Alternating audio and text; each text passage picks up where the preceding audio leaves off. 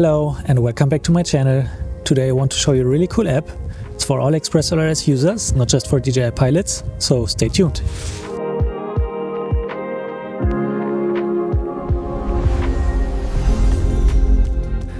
If you fly FPV with DJI goggles and an O3 or O4R unit, you've probably used the DJI Fly app in order to view your video feed on a phone or tablet.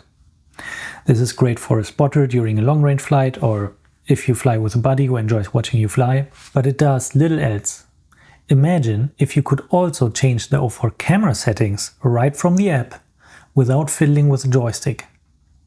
What if you could stream the Liveview to any other device on the same network or stream directly to OBS? And as if that's not cool enough already, how about tracking your drone's position on a map and checking your telemetry data right next to the live feed, all on one device without tinkering with Mavlink, radio settings and Q ground control. Today I want to show you an app that does all that. It's called SquirrelCast and you could describe it as the DJI Fly app on steroids.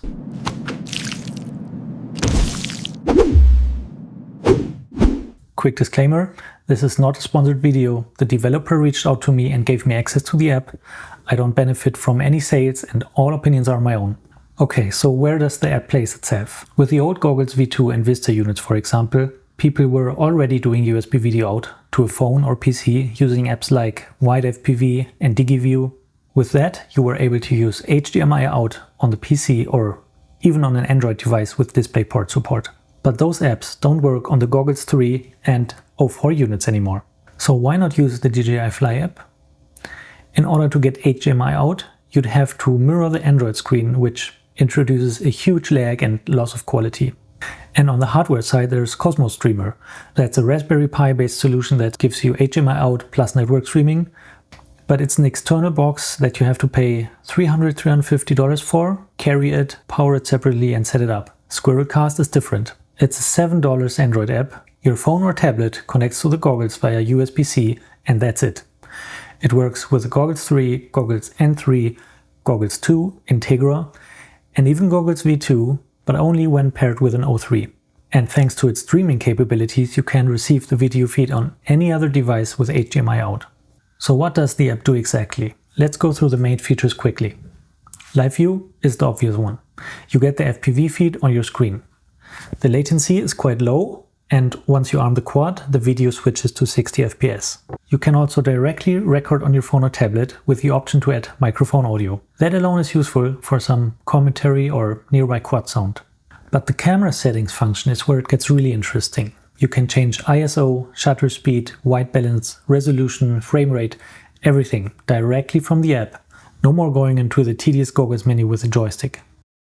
Now streaming. SquirrelCast supports two protocols for sharing the video feed over your local network. WebRTC is the default. It streams directly to any browser on the same Wi-Fi. No app needed on the receiving device. Whoever wants to watch the feed just opens a URL or scans a QR code.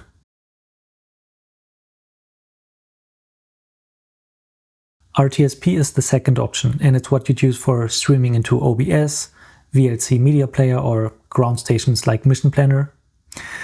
There are ready-made commands for those popular apps and you can copy and paste them. And with this streaming feature, you can use HDMI out again from whatever device you are receiving the stream with. You can also receive several streams because each Android device with the SquirrelCast app has its own IP address that you just enter into another browser tab. You can also do wireless streaming from the goggles itself. This one is specific to the Goggles 3 and it's a unique feature. Up until now, it was only possible to receive this with a DJI Fly app, but thanks to SquirrelCast, you can stream it to Windows computer. Instead of keeping your phone connected via USB-C, you configure the goggles' built-in Wi-Fi sharing using SquirrelCast, and then a separate Windows app called Squirrel Receiver picks up the stream directly from the goggles over Wi-Fi. No phone in the middle once it's set up. It takes a few initial steps and adds a bit more latency. If you prefer a more reliable video feed, the USB connection is still superior. And now I want to talk about telemetry and tracking your drone on a map. This is again relevant for all ExpressLRS users, not just DJI pilots. A pull request by the SquirrelCast developer has already been merged to the ExpressLRS backpack to send not only Mavlink telemetry over Wi-Fi, but also broadcasts cross-file telemetry packets.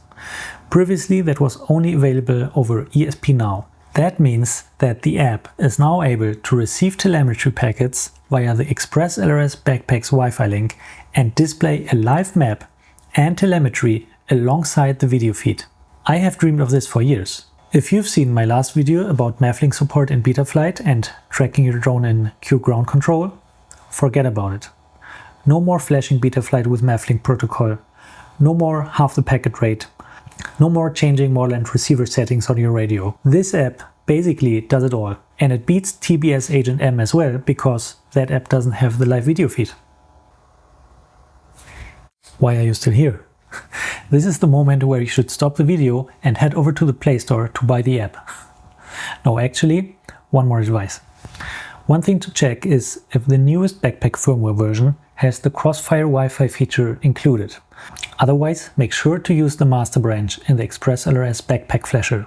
And by the way, the easiest way to connect is if you add your Android device's hotspot info right when you flash the backpack. If you don't do that, you can still connect your phone to the backpack though.